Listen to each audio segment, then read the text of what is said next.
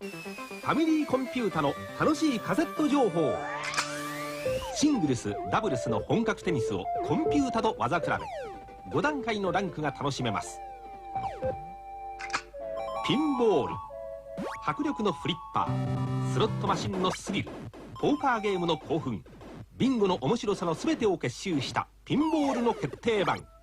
さらにゴルフ、光線銃など面白カセットどんどん登場。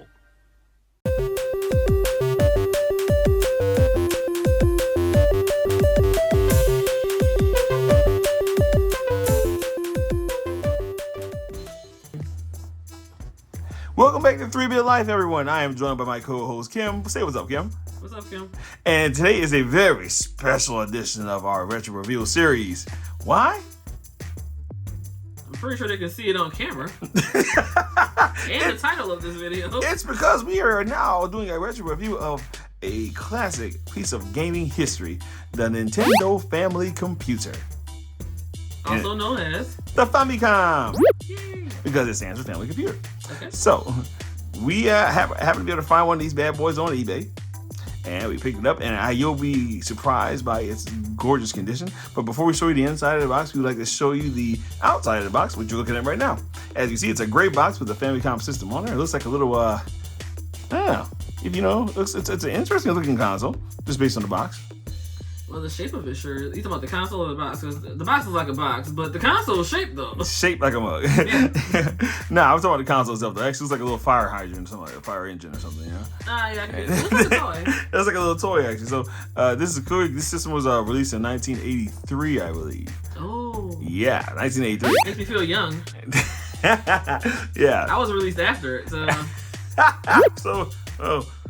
So yeah, 1983 is when this console came out, and so we're just gonna give you a little reveal of the box, the insides, and here's this side of the box. And so we're gonna show you that right now. Just see what it looks like.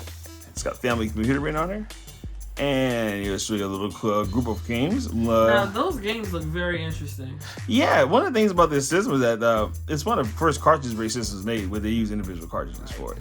And so that's the front of the box, that's the side of the box. There's nothing on the back except some styrofoam. Yeah.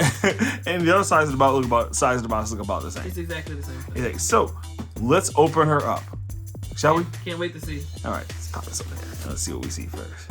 So I'm going to take this. I'm just going to set this off to the side for right now. Okay. And what we first see is looks like a little bit of instructions. Oh, look at that. The yellow paper is an insert. Oh, it's an insert and telling you how to, I guess. It's an expansion slot? Yeah. It's something about the expansion slot in the front. And there's nothing on the back. Nothing on the back, but it also gives you something about the AC adapter, it seems. Yeah, there's an adapter right there. Uh-huh. And so, yeah, if you never used anything with that involved electronics before, this would help tremendously. Exactly. And so it came with this awesome little booklet here. This is what? Oh. Wow. It's a little manga. Oh, that's cute. What is this for children? So. Right. That is so neat. Wow. And the conditioning, look at the condition of these pages. Clean. It is clean. This is from 1983, and look how good a shape this is. And this is a heck of a find. Yeah, seriously. And it's like a full little book. Really, it's like a full story. Yeah, something children can enjoy. I mean, granted, I don't think they'd be worried about this when they have a brand new Famicom. I'm about to say, this thing went over the shoulder of every Japanese child that bought it. Into the dumpster somewhere as they was playing their video games. But yeah, so that's a little bit of the book there. Oh, okay. He's like a little saying. He's got a tail. Oh, he does. You're right. Well, the style does kind of remind you of Dragon Ball, though. Yeah, like a Dr. Stump or Slump. Slump? Slump? It's not Dr. Slump, right? Yeah. I've been wanting to call her everything, so yeah, Slump sounds about right. Dr. Slump, yeah. That is like way too cool. Okay, so now we're just gonna look at some of the accessories that came with it. This is the RF adapter. Do you know what an RF adapter is? Yeah, so it sends a signal via radio frequency to the TV set. And so you would need this in what situation? If you're this TV, well, this is how you get the video to the TV. This hooks to the back of the console, then to the TV set, and then what it does, it'll allow you to it also gets your picture. It's like an old school way of getting your picture. And this is it's like the big brick. Wow, this is the AC adapter here. So This is gonna be for That you. looks actually very meaty. Meaty and it is heavy. Like, I mean, you wouldn't expect the console that's so tiny and light to require so much of a power source. right? I didn't. I didn't either, but this thing, because ain't much to it, but it was obviously, what is it again, 1983. That's true too. I keep forgetting. 83. Small form factor was not part of the priorities. Right, yeah, who cared about that when you This got, thing you is- know, this- an arcade in your home? Right, yeah, that thing is chunky. Yeah, and speaking of arcade, this is not the way this went in here, but okay. All right. Speaking of arcade, though, this console was made based on the Donkey Kong circuit board. So is this a time when one circuit board, the full board, only held one game? Well, what it was is that, see, it's a long story. We don't have time for that. Okay, Brandon. it's a long story, but Nintendo was trying to break into the home console market. They needed a way to do it. And the way they decided to do it was to base their hardware on Donkey Kong. Now, why they chose Donkey Kong? Because the Donkey Kong circuit board was actually based off the Radar Scope circuit board. Okay. And the Radar Scope circuit board was extremely advanced, basically. It was like one of the most advanced arcade boards at the time. Oh, okay. And so when they decided to transition, they decided to base their home console system off an arcade board because they wanted to bring the arcade home.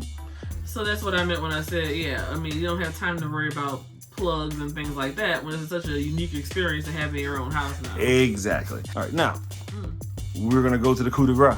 Yes. The console himself. The thing that everyone's been waiting for. I know, everybody's waiting bated breath for me to pull this bad boy out of here. It's not, I'm going to do it. So do it carefully. Carefully? Like that? Yeah, just like that. Okay, all right, okay. Now let's try get my fingers underneath it. Yeah. All on camera. All right, and I have officially removed it.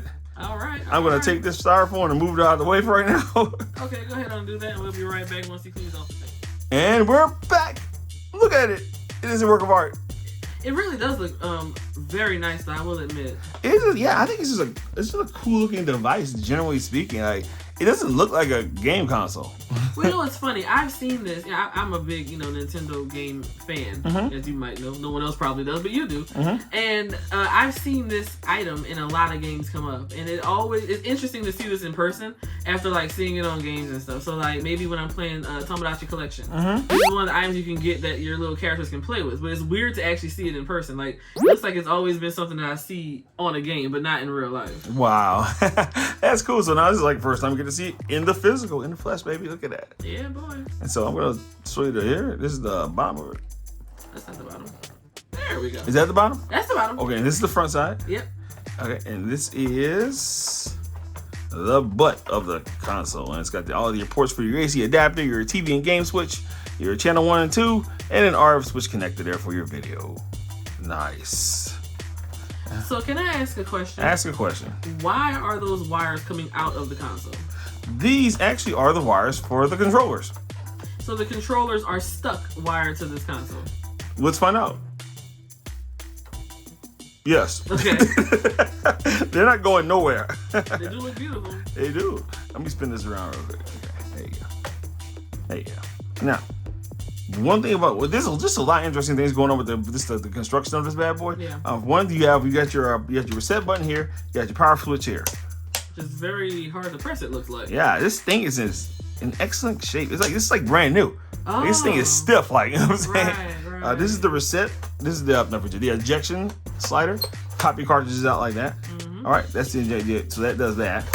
Then what we have here on the front of it is, now remember in the instructions we talked about an expansion port? Yes. Well, this is the expansion port right now. It's got a plug in it right now. I'm not going to pull it out, but there's a plug in it for, there are like several peripherals like the guns, the arcade sticks, all that came plugged into right here in the front of the console. So pretty much they knew that you would have to plug something in, so they did give you a port, but the actual controllers are just stuck there. Yeah, that actually was a cost-cutting measure from Nintendo. Cost cutting. Yeah, they figured by not having two separate ports for the controllers, Right. it saved the money to hardwire them directly into the board.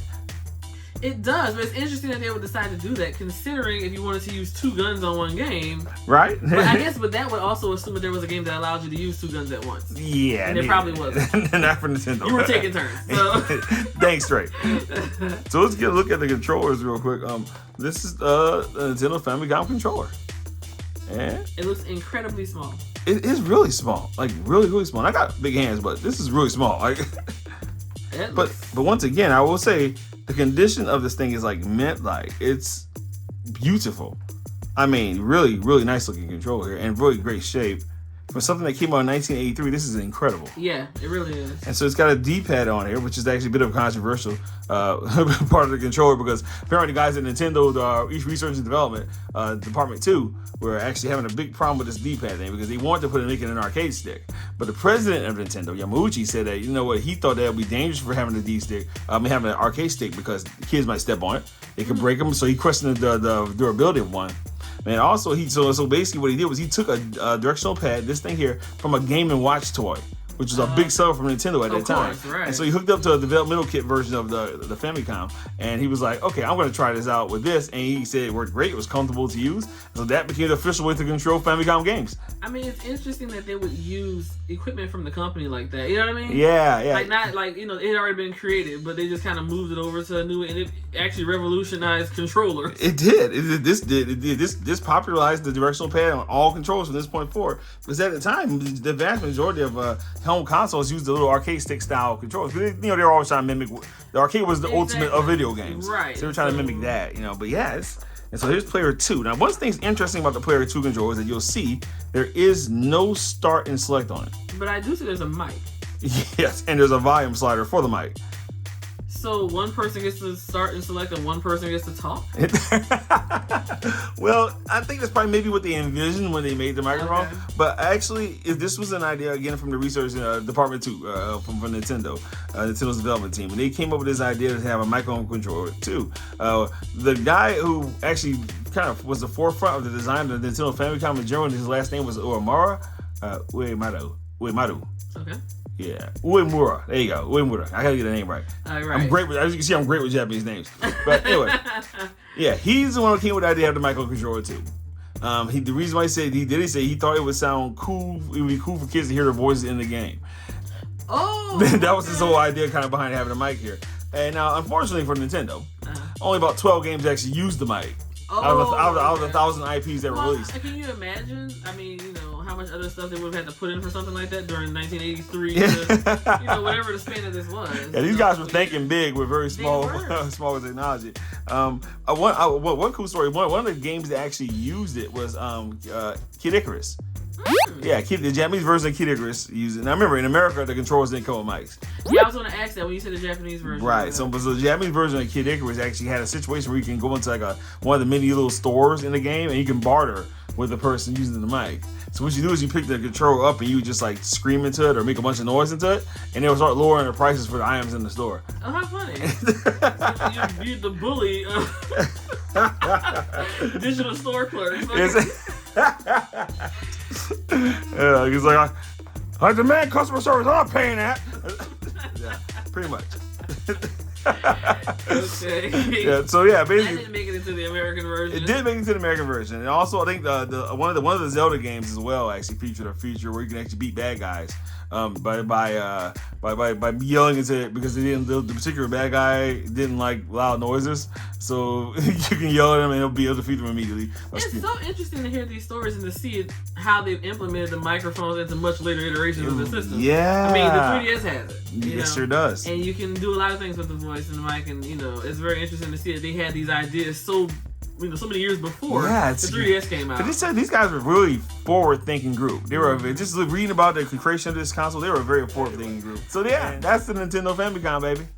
Looks great. I can't wait to try this out. I think we're gonna have plenty of videos coming from this bad boy because we're gonna have plenty of games coming from this bad boy. So look forward to that. We're gonna test this bad boy out and see how it works. But for now, thank you so much for your time. If you like what you heard, if you like what you saw, if you want to see more cool stuff from back in the day in the flesh, hey, subscribe, leave a comment, and let us know how you feel about it, because, you know, we care. Here at 3-Bit Life, we're all about your opinion. So please give it in the comment section. Yeah, because we won't know it if you don't. Please. All right, thanks, guys, for your time. We're out.